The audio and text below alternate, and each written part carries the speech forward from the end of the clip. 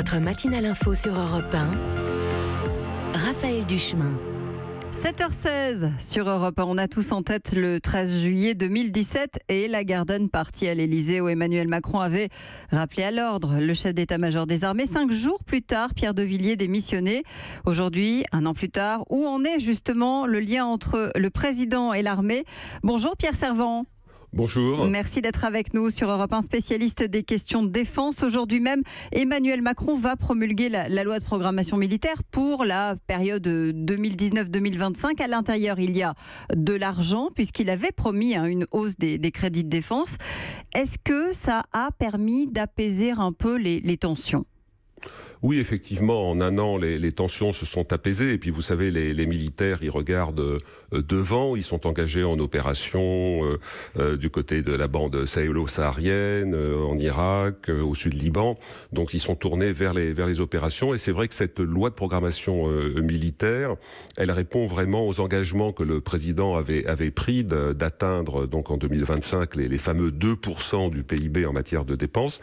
Et puis, il y a un autre aspect auquel les militaires ont été très sensibles, c'est que la ministre des Armées, Florence Parly, a souhaité également, puisqu'elle a porté cette loi de programmation militaire sur le plan parlementaire, mais elle a souhaité également qu'il y ait un plan famille pour accompagner les familles des militaires. Et c'est une dimension très importante parce que justement les militaires français sont très engagés en opération extérieure et il faut que les familles derrière puissent avoir des conditions de vie, de logement, de déplacement, d'inscription dans les crèches, dans les écoles facilitées, l'accès au Wi-Fi pour les militaires sur le territoire national. Donc il y a également ce volet-là qui est présent. Oui, ça c'est bon pour le moral des troupes. En revanche, ce qui est notable aussi, c'est que la même Florence Parly a dit le coup de rabot c'est fini. Pourtant, si on regarde de près, les hausses budgétaires, elles arrivent après le quinquennat. Or, c'est aujourd'hui aussi que les opérations dont vous parliez, que ce soit Sentinelle, Barkhane ou Chamal, c'est aujourd'hui que les militaires sur le terrain en ont besoin de cet argent. Oui, c'est vrai, mais si vous regardez le budget 2018, qui n'est pas dans la loi de programmation militaire qui commence en 2019, c'est un budget qui est en augmentation de 1,8 milliard. Donc c'est quand même très sensible, l'effort est là. C'est vrai qu'il faudra attendre la fin de la loi de programmation militaire qui va au-delà du quinquennat pour voir si l'engagement est vraiment réalisé, mais il y a une détermination et pour l'instant l'argent est sur la table. Ce qu'il faudra regarder de près, c'est dans le détail la problématique des pièces de rechange qui sont importantes, les munitions. Voilà, donc il y a effectivement des interrogations comme toujours parce que depuis 40 ans, les militaires ont plutôt été douchés dans leurs espoirs. Mais là, il y a une volonté, un engagement, une loi de programmation militaire, il faut le souligner. Florence Parly, Emmanuel Macron parle de loi de programmation militaire à hauteur d'homme. C'est vrai dans le sens où dans les précédentes lois de programmation militaire, les petits programmes étaient oubliés au profit des grands programmes, entre guillemets, qui étaient préservés. Et là, ça n'est pas le cas quand on rentre dans le détail. Tout ce qui correspond à l'équipement du soldat engagé sur le terrain, il y a des avancées très importantes. Je vais le commenter demain pour France 2 notamment. Le défilé du 14 juillet.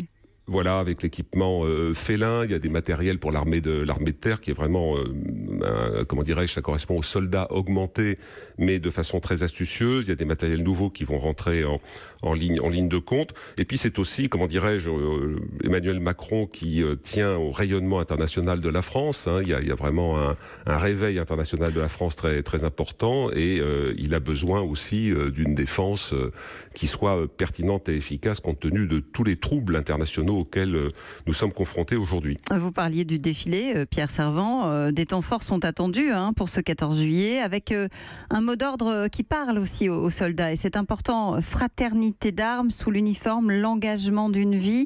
C'est vraiment le moment de réunification des trois corps de l'armée. Oui, exactement. Et même au-delà, puisque vous aurez à l'honneur un premier carré militaire qui va défiler, enfin pas seulement militaire, pardon, un carré qui est plus large que militaire, qui est le carré Irma. Donc ce sont à la fois les militaires, mais aussi les gendarmes, les policiers, les sapeurs-pompiers, la sécurité civile, le service militaire adapté, qui ont été engagés en septembre de l'année dernière pour aider nos concitoyens des Antilles qui avaient été frappés par l'ouragan Irma. Et donc cet engagement d'une vie, engagement de sa vie aussi, ça concerne non pas seulement les militaires, mais également toutes ces unités différentes qui sont venues au secours de nos compatriotes à Saint-Martin, à Saint-Barthélemy. Et donc ils seront demain à l'honneur. C'est pour souligner effectivement que l'engagement, c'est quelque chose de très important. Et on le voit du côté de l'armée et de d'autres services, encore une fois, police, gendarmerie et autres. Mais l'engagement, c'est aussi l'engagement de l'équipe de France de football. Oui, et l'engagement, c'est aussi celui des militaires qui sont au quotidien inclus dans ce plan antiterroriste qui va être présenté aujourd'hui par le gouvernement. 30 mesures qui sont annoncées sur fond d'évolution permanente de la menace terroriste intérieure et aussi avec la sortie annoncée de détenus condamnés pour des faits de terrorisme. Ça, c'est important. Oui, effectivement, vraiment la menace terroriste, ce n'est pas parce que l'État islamique est en grande partie détruit au Levant que la menace n'existe pas. La caractéristique des djihado-terroristes, c'est une capacité à se reconfigurer. Ils ont une plasticité et effectivement, la menace se reconfigure et il faut du côté français, européen et international. Il faut rappeler que les combattants de Daesh, l'État islamique, venaient de 80 pays dans le monde. Donc c'est un problème qui est très très large, avec une amplitude très grande. Et en tout cas, du côté français, européen, il faut s'adapter en permanence, regarder les évolutions. J'ai été un peu surpris sur la libération d'un certain nombre de personnes condamnées pour activités djihadistes ou terroristes, qu'on ait découvert ce problème, me semble-t-il, un petit peu tard. On pouvait l'anticiper. Voilà exactement, l'anticipation, même si le monde dans lequel nous sommes plongés aujourd'hui est un monde à surprise stratégique, à changement de pied permanent, effectivement, il faut travailler cette anticipation. Et cette anticipation, notamment du côté français, ça passe par un travail des services, le décloisonnement, la lutte permanente contre l'esprit de chapelle qui, dans le passé, notre passé historique, nous a coûté bien des défaites. Pierre Servan, le terrorisme, c'était évidemment l'un des axes qui a été discuté au sommet de l'OTAN qui s'est tenu pendant 2 jours à Bruxelles, où finalement les choses se sont plutôt bien passées. Oui, si on peut dire. C'est toujours très difficile de commenter un événement quand Trump est dans le paysage, parce que c'est un peu l'éléphant dans le magasin de porcelaine.